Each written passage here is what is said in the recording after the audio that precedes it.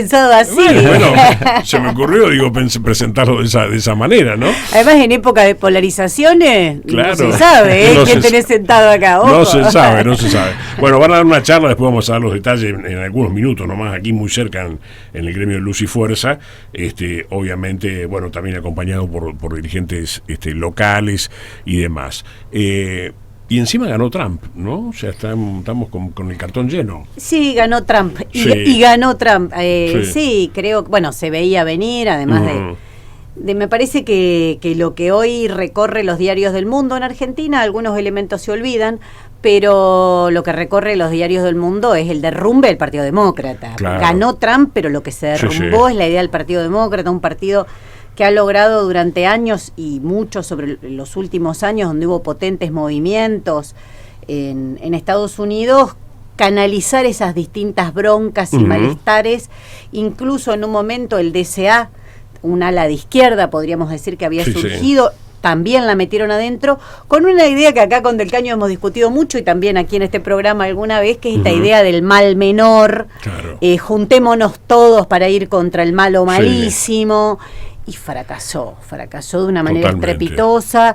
El otro día leí una editorial en Diario Red que decía, bueno, Kamala Harris ante cada problema decía, pero yo no soy Trump. Pero yo decía, bueno, es más o menos como fue la campaña Unión por la Patria acá, pero yo no soy Milei, pero nos tenemos que unir contra Milei. Y bueno, viste, cuando no llegas a fin de mes, cuando tu vida es un desastre, cuando no podés pagar el alquiler, cuando no tenés salud, que es algo que hablábamos con Nicolás hoy, la crisis del sistema de salud en Estados Unidos que se profundiza, que a vos te digan, vienen por tus derechos, vos decís, ¿qué derecho me van a sacar si ya no tengo nada? Entonces, bueno, aquí que la llegada de Milei tiene que ver con la implosión del sistema político, ¿no? Claramente. Sí. O sea, si no, uno no lo ve posible, digamos, ¿no? No, creo que un poco lo hemos planteado con Miriam también, en el sentido del fracaso de los gobiernos que se presentaban como gobiernos que iban a darle derecho a los trabajadores o hacían promesas electorales, que un poco le pasó al Partido Demócrata también con el gobierno de Biden, ¿no? Es decir, hizo promesas siendo oposición a Trump, y después en la gestión no benefició a esos sectores de trabajadores, por eso también perdió una parte de esa base electoral tradicional, digo, en Estados Unidos, la votación de sectores de la clase trabajadora al Partido Demócrata, y sobre todo, como decía Miriam, de sectores más de izquierda y demás. Pero digo, en Argentina tiene que ver con eso, Milei atacando a la casta, ¿no? Es parte de decir, identificar como responsables a esos dirigentes políticos que durante todos estos años han hecho que la Argentina esté más endeudada, más empobrecida, las grandes mayorías trabajadoras, y más concentración de los recursos, de las riquezas en pequeñas manos. Las principales empresas, entre las 500 principales empresas, la gran mayoría son extranjeras, ¿no? Y concentran cada vez más la riqueza del país, mientras los jubilados están en la indigencia, etcétera. Me parece que de ahí surgió un poco... Se armó el combo ahí. Claro, ¿no? Pero ocultando por parte de Milei algo que Miriam le dijo en el debate, ¿no? La famosa frase que se popularizó de gatito mimoso del poder económico, ¿no? Porque identificaba a los políticos, la dirigencia política, es verdad, ahora tradicional, ahora detrás de eso hay un poder económico que es para que él gobierna, es decir, que en eso no hay ningún tipo de no hay modificación. No hay confusión, no hay nada. Incluso hasta se diferencia de Trump con respecto al cuidado de la industria nacional y ese tipo de cosas. Es que a veces escucho a algunos acá, incluso peronistas, que hablan, no, porque Trump es un proteccionista, ¿qué tiene que ver eso con nuestro país? Es una potencia imperialista que cuida los negocios, es un multinacional, que te deja... Bueno, recuerden la crisis de los limones que tuvo el gobierno de Mauricio Macri con las deportaciones, que era un tema que salía todos los días. Ellos te bajan la palanquita y no entra nada y se terminó. Y por el otro lado, bueno, te podés comparar, menos cuando los proyectos centrales que vienen rigiendo nuestro país, en el caso de Milei es exacerbado, son primarizadores de la economía, son extractivistas, no sé, es a la soja agregarle litio y algún mineral más, y petróleo, no es que tienen ningún gobierno tiene un proyecto industrialista. Entonces, bueno, podés comparar ese nacionalismo en manos de un jefe de una potencia imperialista, que en Argentina defender los intereses de tu país. Ahora, son comparaciones que no tienen nada que ver. ¿Por qué cuesta tanto, digo, hoy? Bueno, se entiende la gente por donde explotó, donde se quebró, más la pandemia, las redes sociales, el individualismo, todo lo que ya sabemos. Ahora, ¿por qué cuesta tanto hoy, digamos, hablar o tratar de imponer o de sumar consenso en torno a proyectos o a programas comunitarios, ¿no? Porque realmente, bueno, ustedes, la plataforma de ustedes, si no es entre todos, no es. No, menciono algo y le paso la palabra a Nico, pero me parece que hay un elemento central que es momento de pensarlo ahora, lejos de la etapa electoral, ¿viste? El momento de reflexionar es ahora. Me parece que hay un elemento central que es la creación de los sentidos comunes que se van instalando en una sociedad. Los sentidos comunes en los que se basa Javier Milei no nacieron el 10 de diciembre del año pasado. El sentido común del déficit cero, todos queremos el déficit cero. El sentido común de algún ajuste hay que hacer. El sentido común que se fue creando de sectores terrible, porque se identifican como nacionales, populares, que están en los barrios y te dicen, che, pero nos pasamos 3 pueblos, ¿cómo puede ser? Le dimos demasiado aire a los reclamos de las mujeres y bueno, tendríamos que habernos concentrado en otra cosa. Todos esos sentidos comunes que se van instalando, que se fueron instalando, inclusive el individualismo, que en un caso es un individualismo exacerbado como es el gobierno de Milei, y en el otro es un individualismo, pero el Estado te ayuda. No es que los valores comunitarios de la pelea común, de la solidaridad de clase estaba instalada. Cuando algún sector salía a luchar, también en los gobiernos anteriores se lo demonizaba, se lo atacaba, se lo perseguía. Hemos sufrido represiones muy grandes por salir a acompañar trabajadores, muy grandes. Bueno, Nico, en la lucha famosa de Lear en la Panamericana terminó con 14 balazos de goma. Entonces, todo eso fue creando un sentido común que después la derecha te dice retruco y lo lleva hasta el final. Y entre original y fotocopia adivina quién gana. Sí, bueno, un poco de eso también hay, ¿no? Claro. Yo sumando algo a lo que decía Miriam, por tu pregunta, me parece que hoy en Argentina vemos igual que frente a muchos que dicen Milei hace lo que quiere, digo, hay como un contraste. Por un lado, lo que se hace por arriba, es decir, la dirigencia política, la rosca, Milei que se iba a pelear con la casta, bueno, hace acuerdo con todos. O los compra de a uno. Lo va comprando, claro, lo va comprando, viste, bueno, entonces un día te necesita votos de coso, bueno, compró un peronista, otro día compró otro, más radicales peluca, que algunos son más peluca que otros, pero son más o menos, le apoyaron todo. Pero digo, vos ahí tenés un tema muy importante, que ha habido muchas peleas que se han dado desde que asumió este gobierno, de los trabajadores, de las luchas de los jubilados, de los estudiantes, de distintos sectores que han salido a pelear.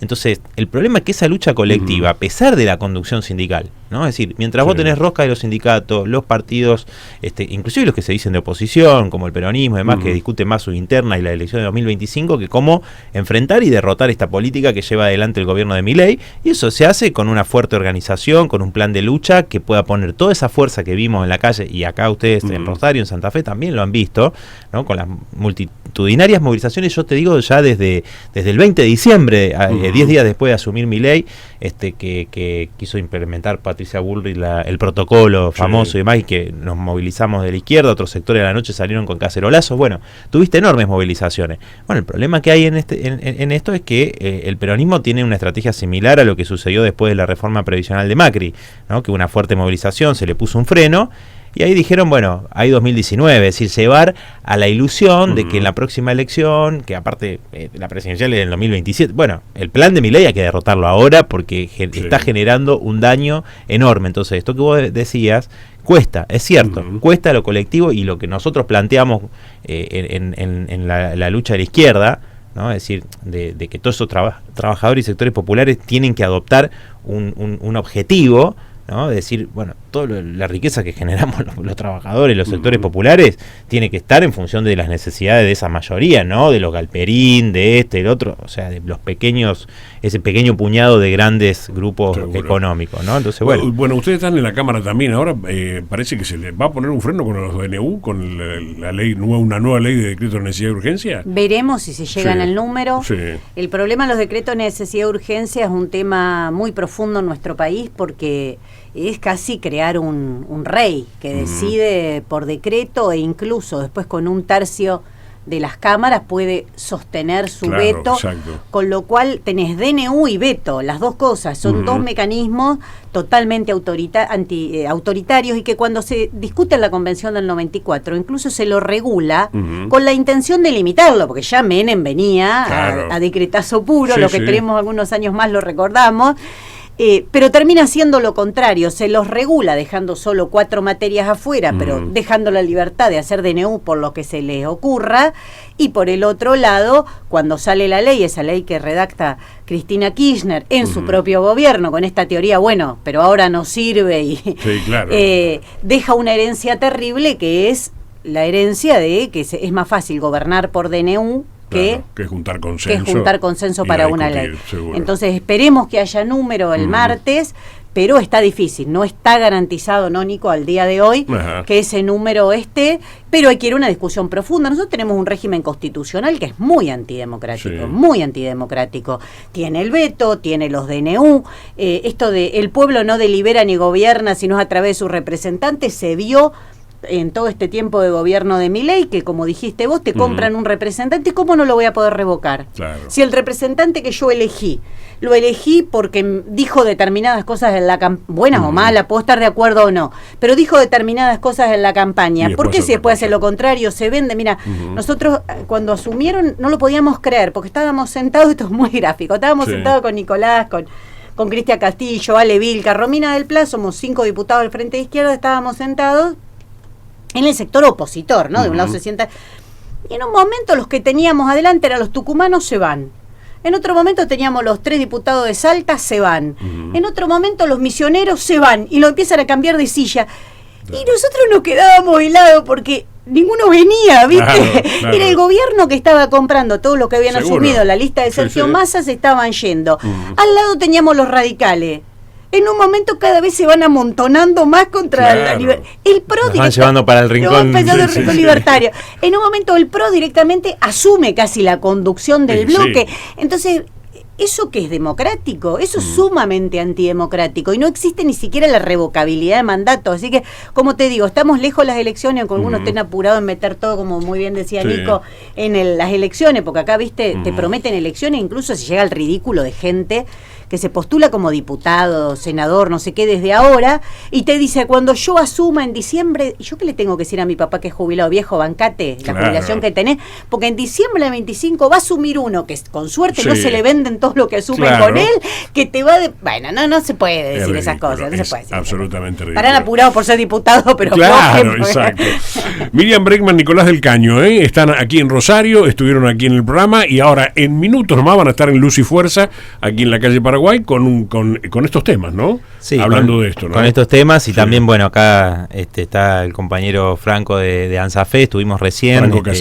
Franco Casasola y los compañeros de ANSAFE, de ATE, de municipales que fueron detenidos en un operativo brutal, digamos, porque ingresaron a su casa, los amenazaron y demás, por haberse manifestado contra la reforma previsional que les mete la mano en el bolsillo, ¿no? Exacto, exactamente. Entonces, bueno, también estuvimos con los compañeros recién en el sindicato, y con Miriam, bueno, también vinimos a traerle la solidaridad, y bueno, ahora hacemos esta charla, esta conversación allí en Luz y Fuerza, así que todas las compañeras, compañeros que quieran acercarse están Franco, fue muy duro invitados. eso, ¿no? Porque además fue malos tratos, patada, violencia para los allanamientos. Sí, un allanamiento brutal. Nos tiraron con esos arietes tipo policías en acción que te rompen la puerta a personas que tenemos una militancia pública, que somos reconocidos y que no se estaban escondiendo de nada. Que no estábamos escondiendo. Rodrigo Miró hacía un tuit comparativo. Al financista que le lavaba la guita a los narcos le tocaron el timbre, esperaron que se cambie y después lo llevaron para la imputación. A nosotros hicieron este circo que buscó meter miedo, no tuvo otro objetivo. Yo creo que sí, ejemplaridad, que hicieron dar un ejemplo con ustedes, Franco, me parece. Pero no lo lograron porque la movilización popular, el paro de AMSAFE Rosario, ATE Rosario, inclusive aceiteros, y la movilización que hubo a Plaza San Martín y a Santa Fe logró que nos liberaran. Bueno, gracias a todos. Gracias, teníamos unos minutitos y quisimos pasar por acá porque siempre nos dan un lugar. Ha sido un gusto. Muchas gracias. Seguimos.